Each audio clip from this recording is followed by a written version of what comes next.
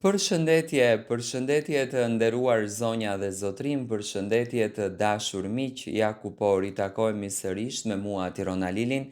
pikërisht këtu në kanalin Monitor TV për të komentuar për një nga çiftet më të dashur dhe për një nga çiftet që në fakt publiku po shndrohet detektiv që të kuptojë të rejat e tyre më të fundit. Dua të ndaloj tek Sara Gjordeni dhe tek Bardh Idrizi. 2 ditët e fundit, në fakt ka patur shumë hamencime për një lëvizje që ka ndodhur në rrjetet sociale. Disa faqe në TikTok më kanë rënë në sy, kanë publikuar ca fotografi që Sara dhe Bardhi janë duke luajtur një strategji marketingu dhe nuk e ndjekin njëri tjetrin në Instagram. Pash ca komente që në fakt ishin komente ofenduese në këtë rast për Sarën,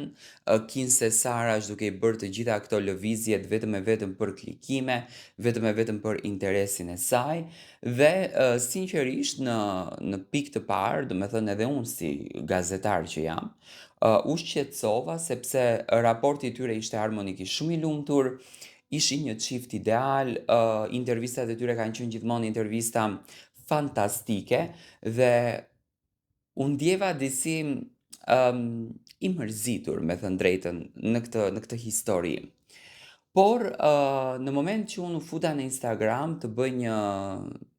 të shoh, do me thënë, çfarë po ndodh mes tyre, e pash që Sara po ndiqte Bardhin dhe Bardhi po ndiqte Sarën. Dhe këtu në fakt fillova edhe të dyshoj se sa janë të sakt lajmet e TikTokut, do me thënë, pse duhet të defokusohet publiku nga një histori e cila është shumë e lumtur, është shumë e vërtet dhe pse duhet të ndodhin këto gjëra. Çfarë arrita të kuptoj? Arrita të kuptoj që çifti, edhe pse në Big Brother ndesheshte me një luftë të madhe të urrejtjes të inatit që në thelb, do me thënë, edhe sot po t'i pyesim këto njerëz të cilët kanë urryer, nuk e kuptojmë pse kanë urryer. Nuk ka një thelb, do me thënë. Ndoshta u urrye Sara sepse Bardhi ishte një djalë i qetë, i butë, pozitiv, edhe nuk e shprehte atë ndjesinë e tij që e kishte dhe dukej sikur Sara e bënte gjën me zor, sepse Sara ishte njëri që dinte të shprehën dashurinë,